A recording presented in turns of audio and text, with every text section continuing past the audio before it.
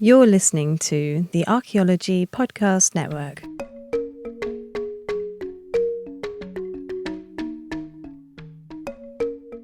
Welcome to episode 48 of A Life in Ruins podcast, where we investigate the careers of those living a life in ruins. I'm your host, Carlton Gover, and I am joined by my co-hosts, Connor Johnnon and David Howe.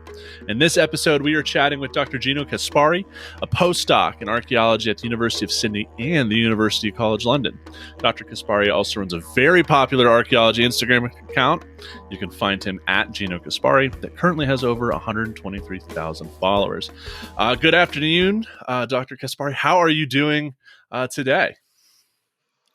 Hey, good afternoon, everyone. Thank you so much for having me on the show. And I actually just came back from bouldering outside, so it's one of the first nice days, one of the first days we're allowed back outside in smaller groups in Switzerland. So lockdowns slowly coming to an end and life is hopefully returning to normal, so feeling pretty good. Excellent. Well, Yeah, you're enjoying your day. It's 7 a.m. for me and Connor. So for anyone watching the video portion, if we look a little tired, it's because we're just waking up. Because you're in Switzerland right now, correct? I am and have been so for like the last year, which is rather unusual for me. I've been actually for the past 10 years. I never spent much more than 3 months in my home country, and now I've been basically stuck here for more than a year, which is a bit annoying, especially in terms of field work. But that's where I am, and it's not the worst place to spend your lockdown, I think. I don't think so, from what I've seen of it. I just want to tell the audience real quick that like everyone has this romantic idea of what archaeologists are like. Like you see like Indiana Jones or like Tomb Raider and stuff. You live that life, dude. Like every picture you post, I'm like, this guy's doing martial arts. He's in Mongolia with hawks. Like what's going on, man? You got the coolest life. Well, I mean, obviously that is Insta life and heavily biased on the nice side of things. Very true. Be able to work in Russia and work in northwestern China, you really got to jump through some hoops to actually make it happen. And yes, of course, the fun part is essential. Otherwise, there's no way anyone would be doing it. But then there's the whole back office thing that everyone has to deal with that is just not really made to get likes on Instagram, I guess. Mm-hmm. Yeah.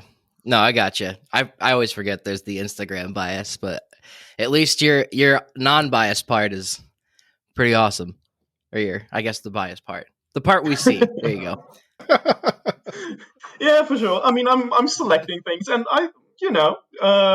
to a degree, everyone who works in the field has these stories to tell. That's something I always found strange, actually, because either people in the public have this very strange Indiana Jones-like view of archaeologists, or they think it's super boring and it's just shards and mud and dust. It's really somewhere in between, and everyone has these cool stories to tell, but people in academia rarely communicate openly about these things. So I think that's something that you guys are doing a great job in getting that out to the public, and it's something we should be doing more.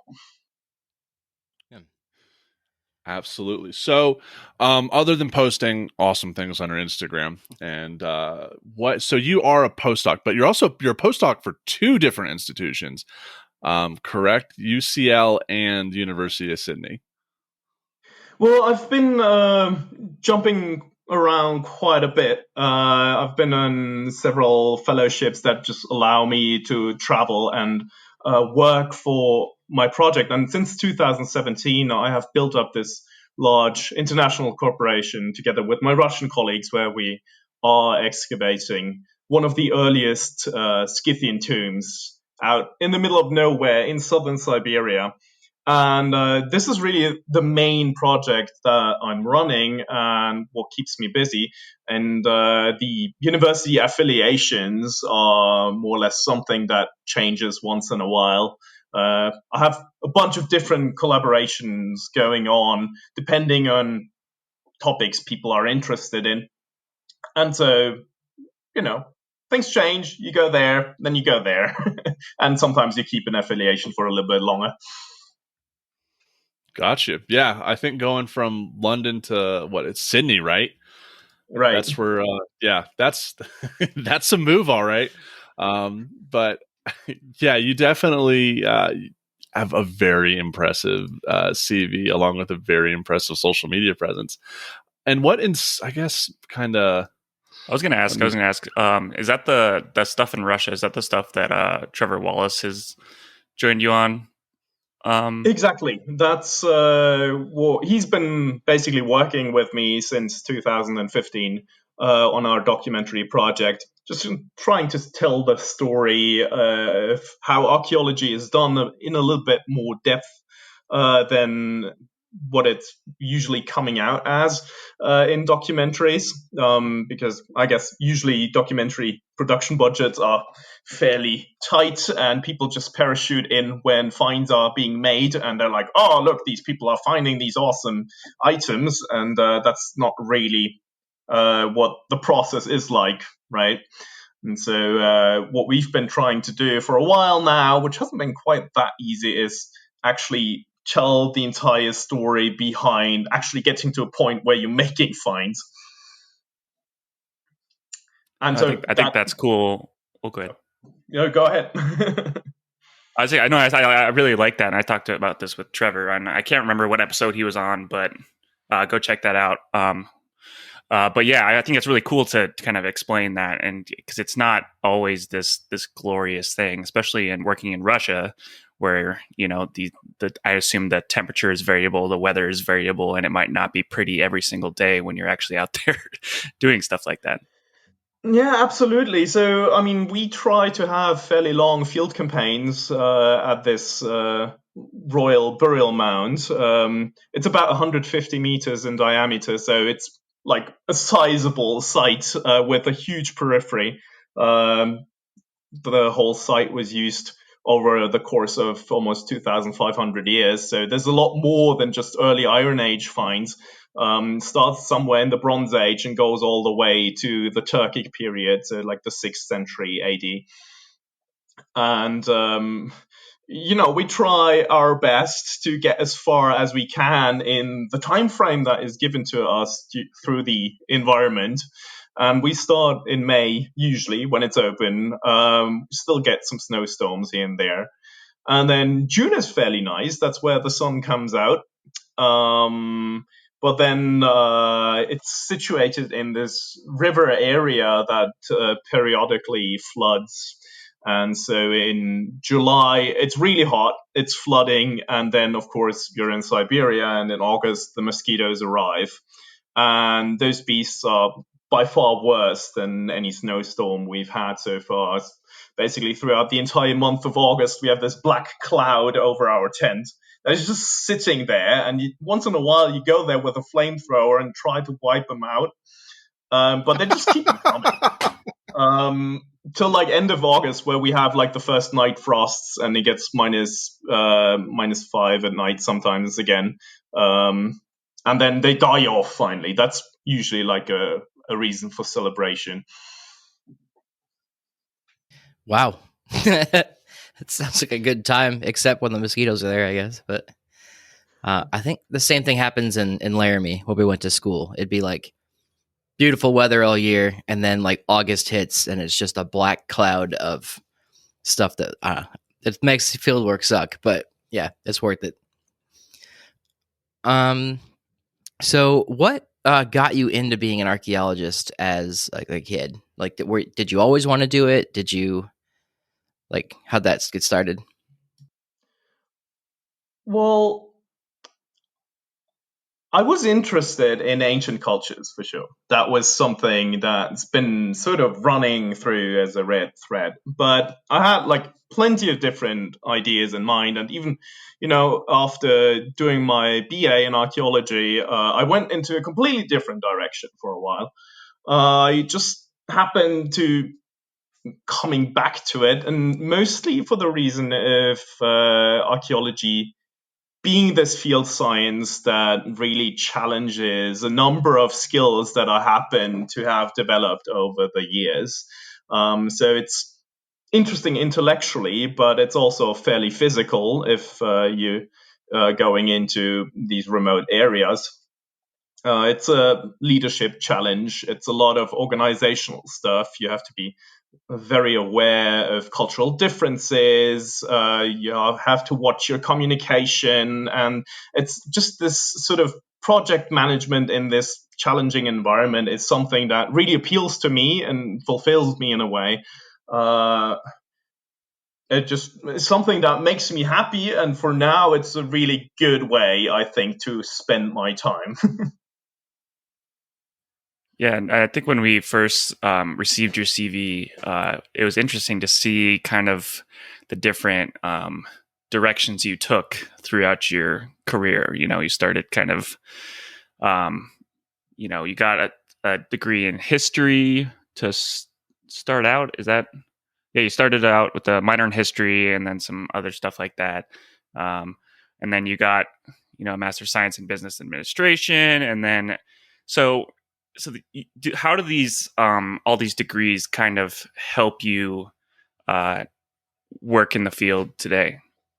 Well, I guess it's like in retrospective, it's super easy to rationalize this. That doesn't mean that at the moment where I took the decision, I had like a long-term plan or anything. The thing is, I started out with archaeology and art history because I was interested in it. Fair enough. You just gotta try it out because once you finish high school, you don't really know a whole lot about the world. You think you do, but then once you enter university, this whole universe opens up, and at first it kind of confuses you. So you got to start something and see how it goes. And I guess in Switzerland, there's this very strong idea socially of having a job, having a proper job. And a proper job usually is either, being a doctor, a lawyer, maybe an engineer, maybe going into business. It's certainly nothing in the humanities. And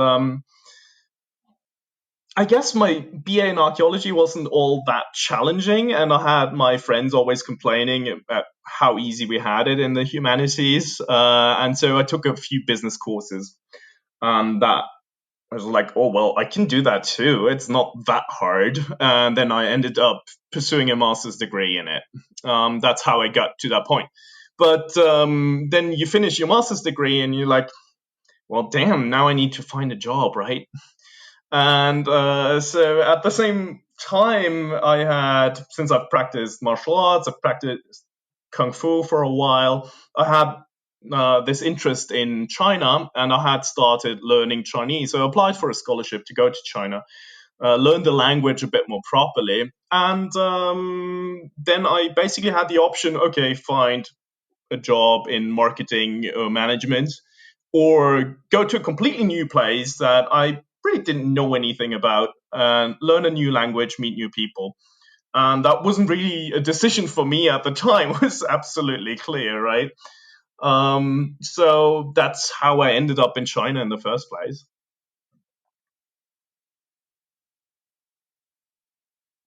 Very cool. Yeah, I think we all like get to that point where we stand on the precipice after getting an MA that you're like, what's out there in the world. But I'm glad that you found an interesting route to kind of take. So ultimately, you went to China for a little bit, and then you decided to get a Master of Arts in East Asian Studies at Columbia. Was that a big transition going to living in America and things like that? The real culture shock actually happened when I went to China because I couldn't speak the language and everything was different.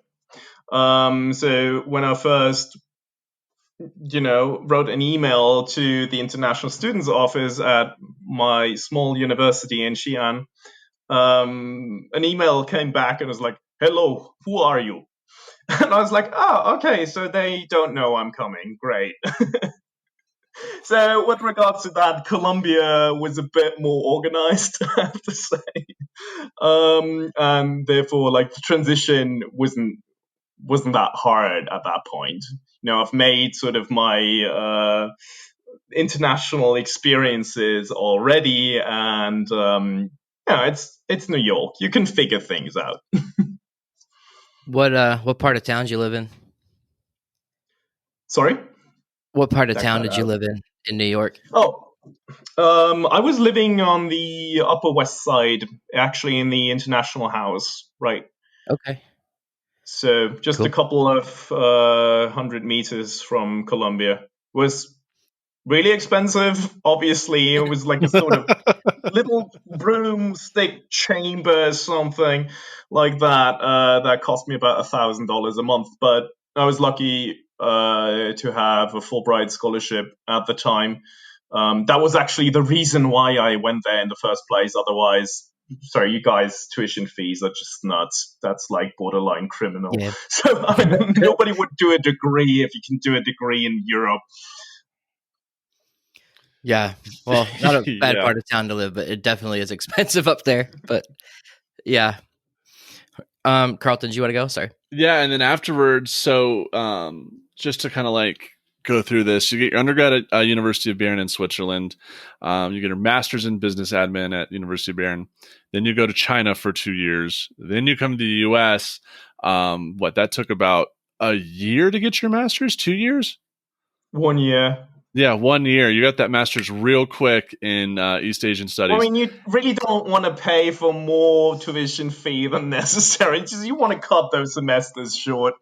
Yeah, I agree with you there. And then you start working on your doctorate at the University of Hamburg in sinology and archaeology, correct? But you started that in 2013, so Yeah, actually, I did the two things in parallel. So coming back from China, I was like, okay, now I have all these experiences and I have all this access in China, and I could bring it back together with archaeology, Chinese language, and a sort of nice network in areas that people actually haven't done that much research in. And so I basically went to a professor I knew at Hamburg University and told them, can I do a doctorate? Can I start doing my research? And they were like, well, you don't really have a master's in archaeology, so we cannot give you any funding, but you're welcome to do research. And so that's why I applied for Fulbright scholarships and stuff, and ended up actually going to the US to pursue this master's degree, because that was something that actually sustained me. All right. That seems Yeah, I don't pretty have much busy. to Yeah, like that's nuts, man. Well, and with that, we'll be right back with Dr. Gino Caspari here on episode 48. So please stay tuned. Welcome back to episode 48 of A Life in Ruins podcast. We're here in segment 2 with Dr. Gino Caspari, the man, the myth, the legend. Much like Trevor Wallace on a previous episode, Gino has been overseas, specifically in, I guess, Siberia, Russia area, doing a lot of archaeology on what's called Scythia. And I have a working knowledge of what Scythia was. I know Alexander the Great went out there and made work of them over there. And then there's also the lady who's the leader in civilization that's Scythian. But other than that, I know nothing. Would you be able to explain a little bit about Scythia? Because they're kind of a lesser known culture to people over here. They're also a playable faction in Rome Total War 2, and that's about the extent of my knowledge. Fair enough. I guess that's a start. Well, so overall, we have these horse riding nomads appearing in the first millennium BC all over the Eurasian steppes. And Scythians or Scythians, I think in the Greek version it's written with an SK, were really just, a few peoples in the northern Black Sea region, just due to history of research, has sort of become associated with the entire material culture of these highly mobile nomadic pastoralists of the early Iron Age. So if, you usually refer to them as Scythians, but we don't really know if they saw themselves as that or if they saw themselves as something completely different. But that's how the whole culture history approach works, right?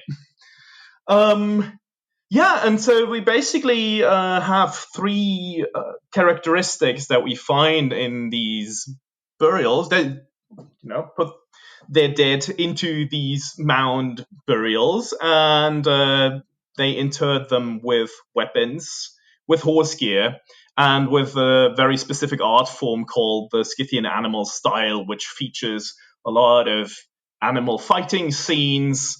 And a lot of the animals have these weirdly twisted hind legs, so we don't quite know what's going on. There's something strange happening there. And the whole thing really came up in roughly the 18th century, other than sort of the other ancient antique cultures that people are sort of aware of. These really were more or less forgotten, but then quickly contextualized with Herodotus and his ethnography on the northern Black Sea region. And so people found these really nice golden items in burial mounds all across the steppes. And very quickly this became sort of associated with the Scythians and got people really interested because it was something that wasn't really known before. That's super cool, and I'm actually looking up some of this art, and it's pretty interesting. I understand why the Greeks were like, "Whoa, Herodotus was Greek, right? I'm not crazy." Yep. Okay, just making sure. So you could consider these folks like the pre-Mongol people, right? They're kind of having a similar lifestyle, maybe less well known, roaming around the steppe on horses, doing things like that. Yeah, just real quick as an information, it's been cutting off once in a while. It's been a bit choppy right now, at least the video feed. Mm-hmm. Okay. So I'll make a note. Yeah, I think the video will download in the good version onto our drive. So even though it's choppy for us, the video quality actually is pretty good in the downloaded version. Okay. Just want to make sure the audio quality doesn't suck. Yeah. Yeah, you sound good on our end, so I think we're pretty your good. audio Okay. Well, that's great, good. Yeah. That's good. Then I can continue. Yeah. Let me phrase it as a question as opposed to something like this. So Chris, start here. So these Scythian people seem similar to the Mongols in their lifestyle, and they're kind of doing that in the same place. Is that a fair comparison? I would say to a lay audience, it's certainly a fair comparison. We have really this transition from the Bronze Age, where we have just small-scale transhumance pastoralism, and then the use of the horse makes all the difference. And all of a sudden, in the early Iron Age, people use horses more extensively for both herding, transportation, but also for warfare. And that's what they become famous for the sedentary peoples around their outer fringes, because they're really quick in getting out, burning down a village, taking the stuff, and heading back out into the steppes. And people just didn't like that for some reason. And this is why they frame them as these barbarian hordes that just come out from nowhere and just disappear again. They were also super good horseback archers. And for the Greeks, for example, you had these very structured kind of battles. And then once one party was fleeing, it was basically clear that the battle had been won. But with the Scythians, they just turn around and still shoot arrows at you, even though they're running away. And that seemed like a really unfair thing to do to a lot of people used to a bit more traditional, honorable warfare. Yeah, not very civilized warfare. So are these, when you talk about the steppe, you're talking about the Eurasian steppe. So that's like eastern Ukraine, Scythia, always that culture area that also extends into Poland too, correct? Well, it goes a bit into Eastern Europe. It's mostly the northern Black Sea region, and then draws through the Caspian Sea into Central Asia, large stretches of Kazakhstan. Then you sort of have the Altai Mountains that interrupt it a little bit and continues east of it towards Mongolia. And so it's really this large stretch of land, of grassland, that you cannot really use for agriculture very much. And just once people had horses and knew how to herd livestock, this made this entire environment economically viable. And this is one of the questions that we're looking at more intensively at the moment, is like, when does this transition happen? Why does it become possible, etc.? Yeah, because that same like geographic area, it's really similar to like the Rocky Mountain Front Range, right? So for like David and Connor, we're familiar with the Front Range. Like, it has that similar landscape. It's Kansas. And so it's like the Front Range, Colorado. So it's not like, mid prairie Kansas. It's like short prairie out here. But it reminds me a lot because like here, like thinking about the Scythians, to that kind of geography. And then when you get horses in the Americas, like the traditional horse nomads that we think here of indigenous tribes like Cheyenne, Arapaho, Lakota, this is like the same landscape that they're occupying as nomadic horse raiding cultures. So I just think that's an interesting duality. So what attracted you to researching Scythian archaeology? Oh, funny enough, now I see this red thread once again running through my CV that somehow got in touch with nomadic horse people once in a while. And one thing is, I actually did my BA thesis on a Scythian topic already. I was looking into sort of the labor expenses that went into building these burial mounds. And so early on, what attracted me to these nomadic cultures was that they're kind of metal in a way, that these barbarians, they have these completely different customs, and they seem just to be completely different than the sedentary people. And this difference was something that I think was appealing to me, also because a lot of our professors didn't seem to know a whole lot about it. And, they come in once in a while. I was studying Mediterranean and Near Eastern archaeology, and, once in a while they make an appearance in the historical sources, but they don't really become tangible in a way. And so that's what got me started. That's what got me interested. I love that you called them metal, because that is extremely accurate. They're pretty hardcore. So you worked on your thesis about the Scythians. Did you ever kind of stray from being interested in that, and what ultimately got you back into working in the field, specifically on these sites? Well, so my main focus, really, aside from these early Iron Age tribes, is a methodological focus on remote sensing in landscape archaeology. And that's what I'm really doing with most of my papers, is actually trying to look at human landscape interaction of sorts. What got me into working in Russia was basically more a lack of opportunities of working in China, because I had built up my PhD research project in northwestern China, so in Xinjiang. And back in 2013, when I started my PhD, I had traveled there a couple of times. I had made some friends among the local Uyghur minority. And I started to develop this really nice network up there that apparently nobody seemed to have, because whenever I looked at maps in archaeological publications, I saw that it kind of stopped with the Russian border.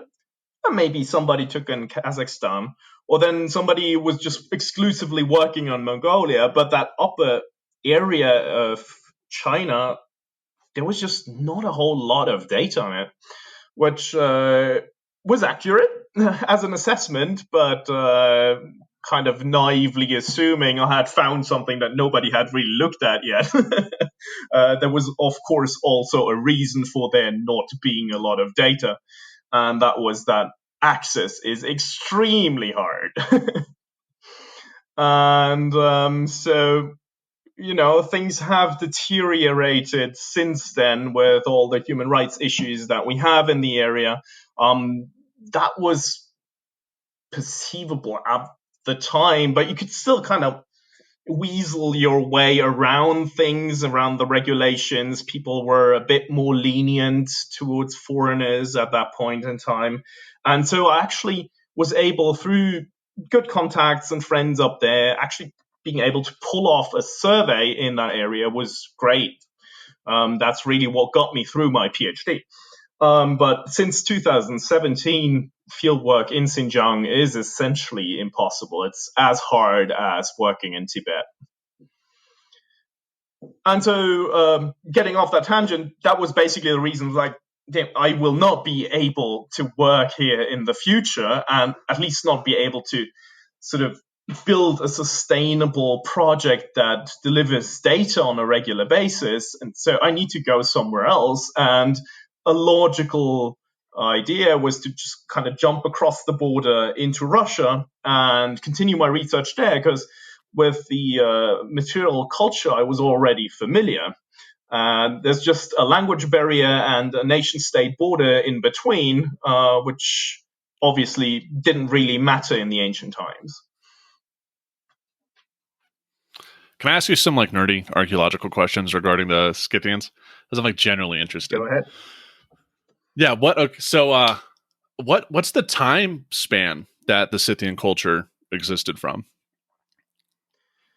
Well, so basically, we look at them as being roughly between the 9th and the 3rd, maybe 2nd century BC. Okay. And then there's That's settlement over pattern. the entire Eurasian steppe. Okay. Settlement patterns. That's a tricky one, because Scythians having really nice shiny objects in their burials and being nomads, obviously archaeological focus had been mostly on the nice shiny objects.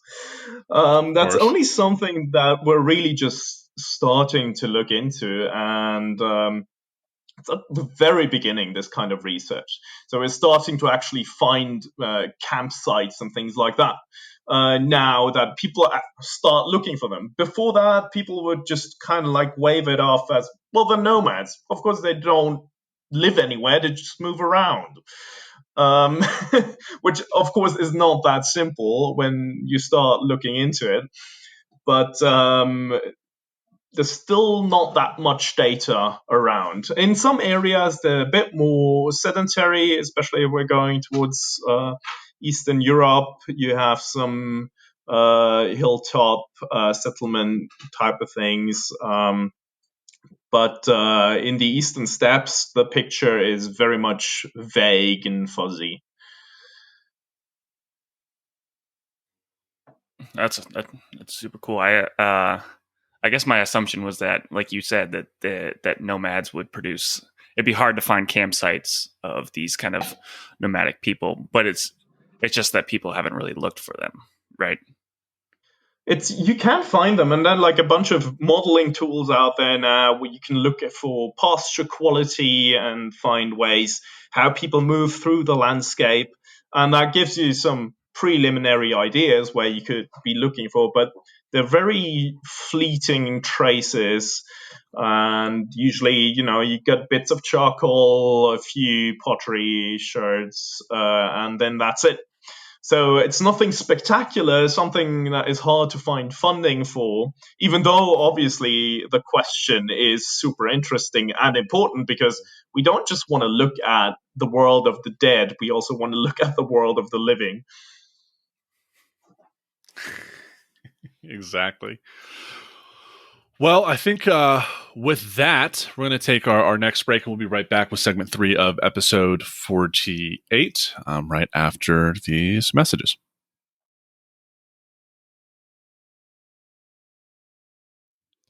Welcome back again to episode 48 of Life in Ruins podcast. We're here in segment 3 with Dr. Gino Caspari. Gino, I have social media envy for you. You've got, I think, like a couple times the amount of followers that I have. So I guess my question would be, 1, how did you get started with that? What made you get started with it? And then 2, you enjoy it?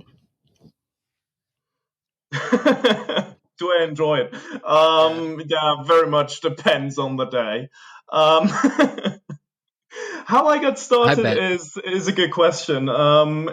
I think I was mostly forced by my friends, because they were like, well, Gino, you have a nice and interesting life. We guess people would be interested, and you could amass quite a following with that. I was like, yeah, I'm really not a big fan of this. Do I really have to? And I started off, and it just kind of took off.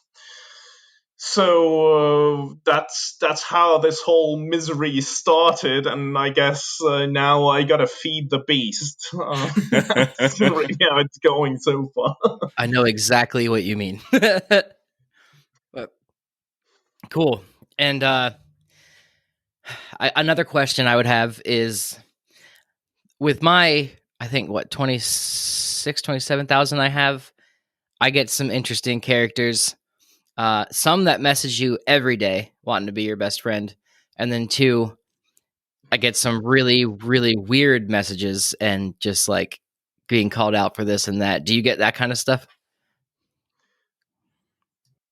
I mean, I try to ignore some of it. I try to be nice overall, because it just really doesn't help getting into arguments with people who are not to be argued with.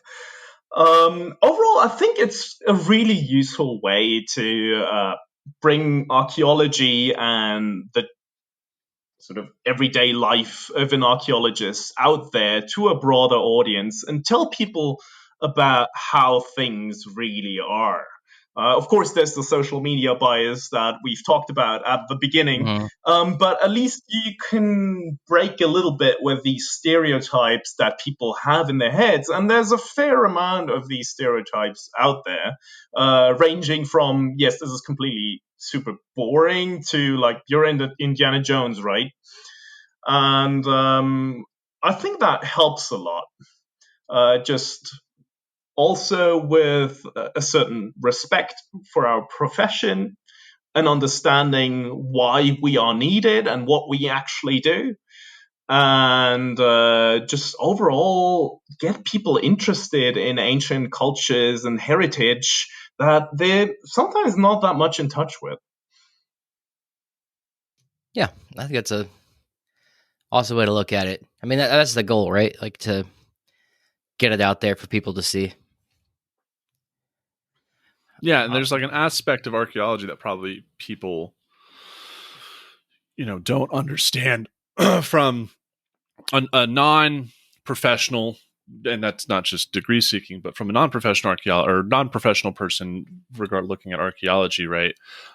Big misconception is that it's treasure hunting, that what we do is basically we study these things, we go out to go look for treasures to make ourselves rich, which is not how we've done things for a while now. And the other is that even though we study things in the past, they have relevance for today and modern, even geopolitical contexts, right? So when you are posting on social media, your Instagram account in particular, what is it like? ultimately, what is it you're trying to communicate? Is it that flashy aspect, or is it more of really that the fascinating side of like fieldwork of archaeology?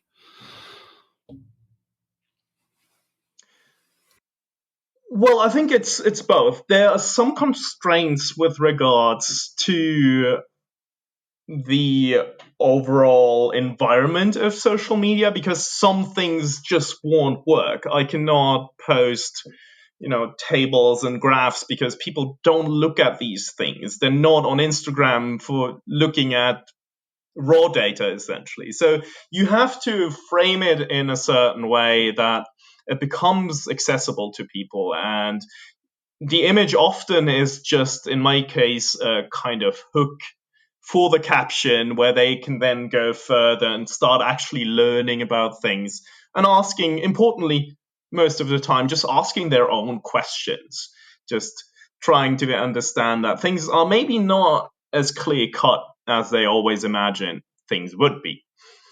Now, of course, this creates a little bit of tension with the academic colleagues because, at least from, say, the older generations, they don't quite understand what social media does. It's like mostly a bad thing, I guess. People sometimes call me out for, you're not accurate, this is oversimplified. And it's like, yeah, well, guess what? It's not an academic article. It's We a have different 2,200 format. characters. Yeah. Right, and you sort of need to break it down for a general audience. I could, of course, talk about, for example, highly nomadic pastoralists of the early Iron Age, or I could just say Scythians. Scythians is maybe not as accurate in many cases, but the other thing has like this whole background of concepts that you need to first understand before you even get to read the caption. And it's just not what your everyday person wants to do.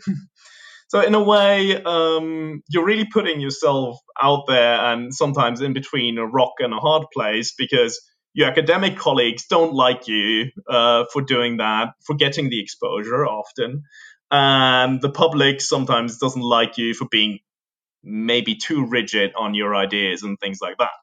Yeah, it's a tricky balance to catch. Yeah, absolutely. I wanted to ask, because you work in Russia and Siberia, have you had any issues with posting some of your research and any interference from, say, governments that don't want that data out or things like that? Since I have worked with my Russian colleagues for years now, we have a very good mutual understanding of what things actually belong out there into the public and what things don't. So it's mostly, I think, international corporations in general are mostly a question of good communication, and that just that has all these different issues associated with it, including cultural ideas, how things are being done, that you have to be aware of. But once you're at this point, you can make things happen and you can actually give people exposure for great projects that don't necessarily even get the exposure in international academia because a lot of Russian colleagues are almost exclusively publishing in Russian, and they have amazing findings, but they don't really get into the good international journals, for example. And so there's all this, the real treasures out there that, in my opinion, deserve more exposure, and the work of my Russian colleagues deserves more exposure internationally, so that it really is fed into an international scholarly discourse as well.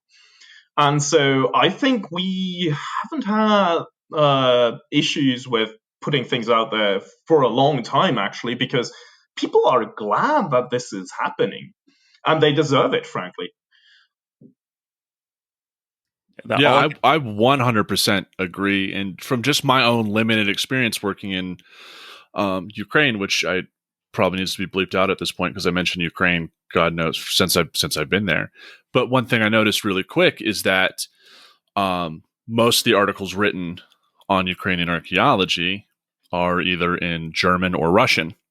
And then those articles aren't translated to English. And it's hard for, especially Americans, because our language literacy is like one of the lowest in the world. Like, I can tell you how to get to the biblioteca down the street thanks to my very, very limited Spanish knowledge from high school. But that barrier of language and talking about global history and world heritage is a huge problem.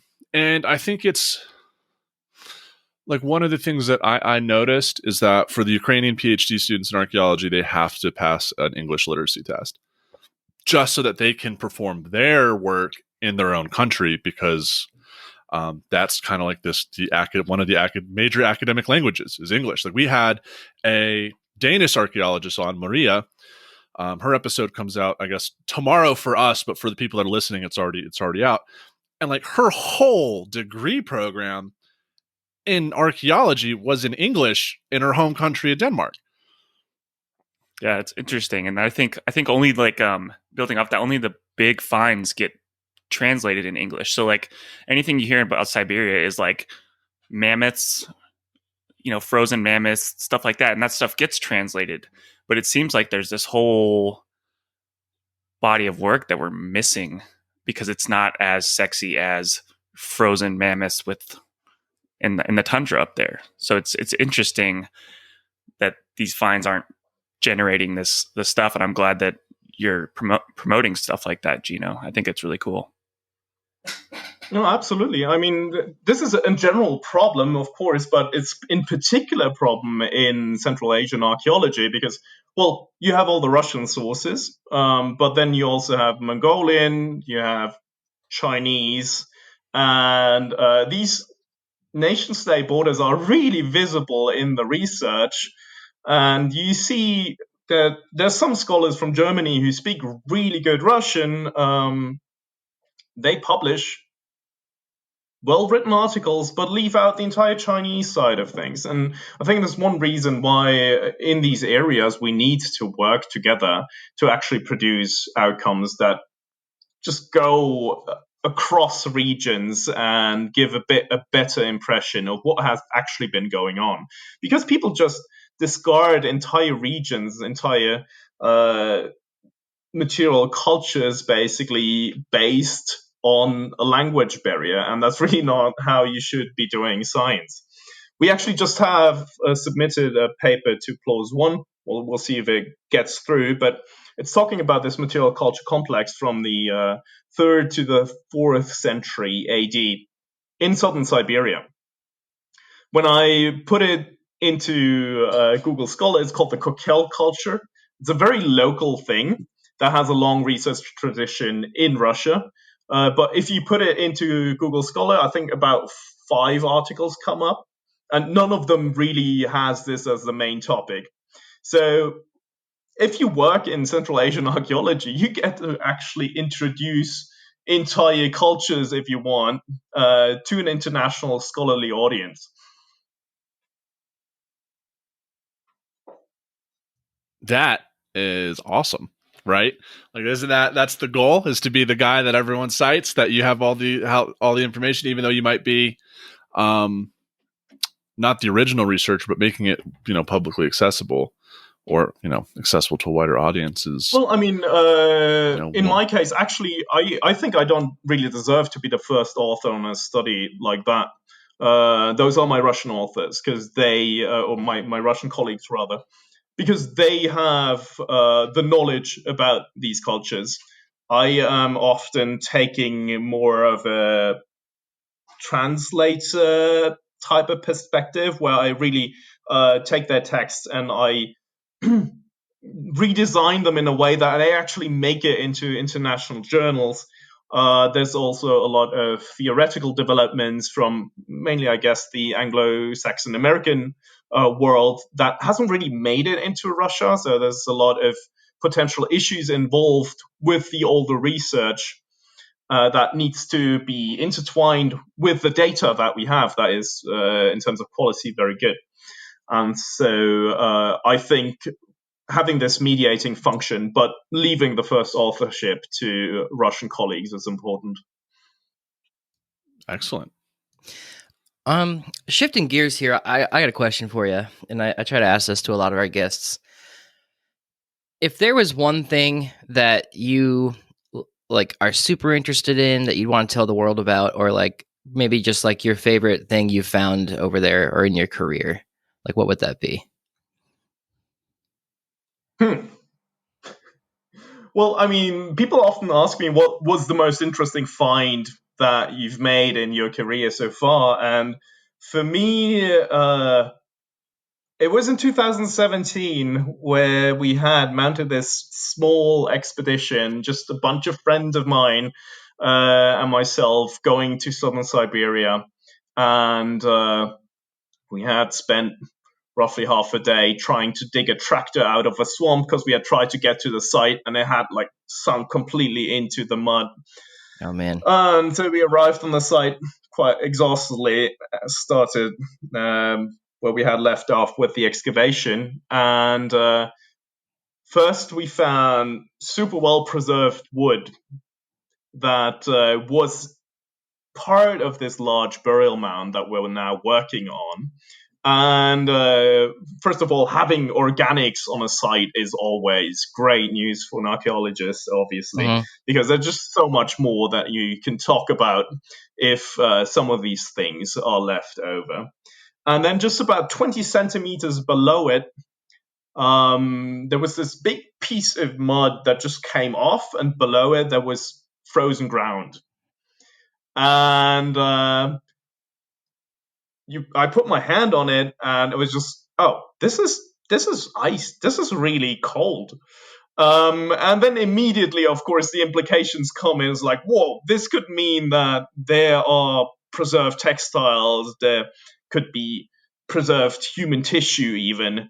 There could be horsehair and all these different things. And this whole world of questions opened up at that very moment. And so what people, I think, often don't get is it's not really about the shiny things because, well, you can find another piece of gold and, yeah, you don't really get to keep it as an archaeologist anyway. So it's like another piece of gold. But contexts like these and understanding the implications of a frozen piece of mud, that's what really gets us excited, I think. Yeah, and I think we talked about this in the episode about the dig, but like it's more about the behavior and like the daily life of people in the past than it is about, you know, shiny stuff.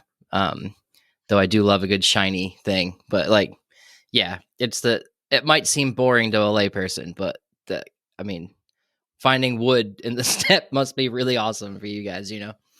But yeah. And with that, Dr. Caspari, like, thank you so much for coming on the show today.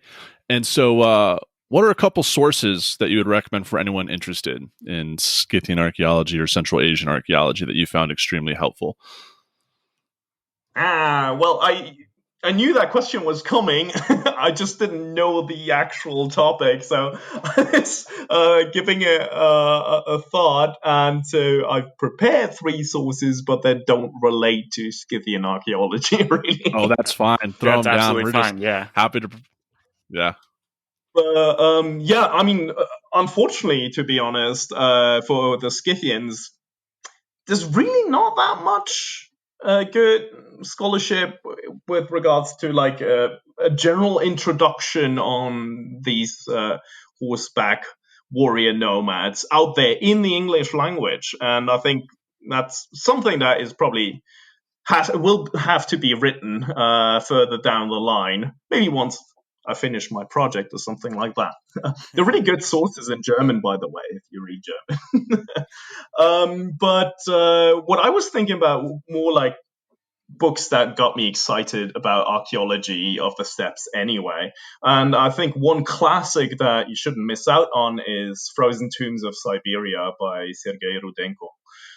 That's sort of the classical one, discovery of the Pazyryk tombs high up in the Altai Mountains, with frozen mummies and tattoos and horses dressed up as mythical creatures. Amazing stuff. Definitely something you can read, and it's in English. Another thing that I've recently read is David Reich's book on who we are and how we got here. It's basically a general outline of ancient DNA and how it can be used for archaeological questions. And I think the longer, the more we actually need to work with ancient DNA, because it feeds into so many questions that we traditionally already had in archaeology about migrations, about relationships between people, etc. So that's a really good introduction if you're interested in the topic and basically know nothing about it.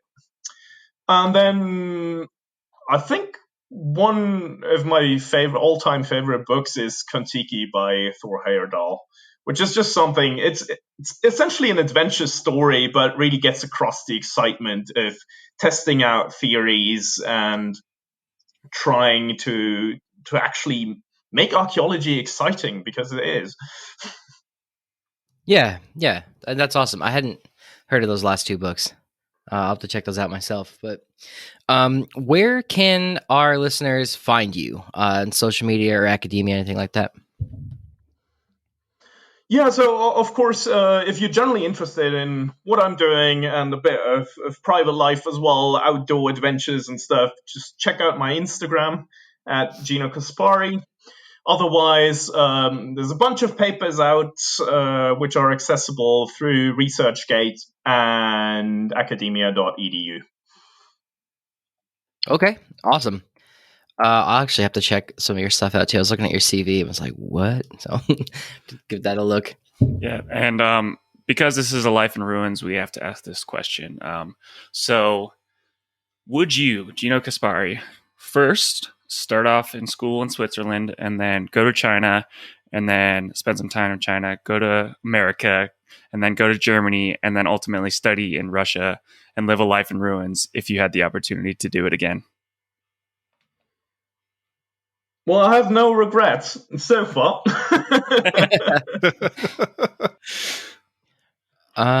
Cool.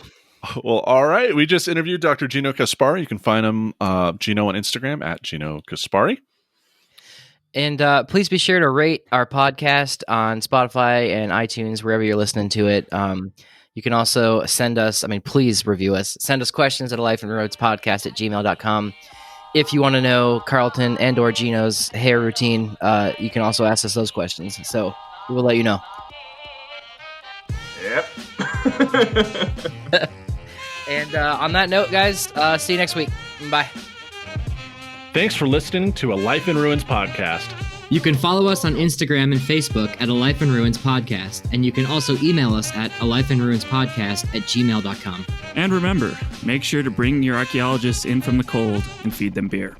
So, I think I've been saying this wrong. My dad sent me basically a beautiful link that I can get all my dad jokes from. He didn't write these all. He's pretty witty, but he did not write all these. So, I'm Buzz Aldrin, second man to step on the moon. Kneel before me. That's good. Yep.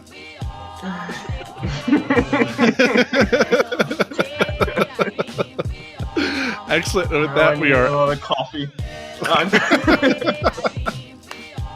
This episode was produced by Chris Webster from his RV Traveling America, Tristan Boyle in Scotland, and the Archaeology Podcast Network, and was edited by Chris Webster. This has been a presentation of the Archaeology Podcast Network. Visit us on the web for show notes and other podcasts at www.archpodnet.com. Contact us at chris@archaeologypodcastnetwork.com.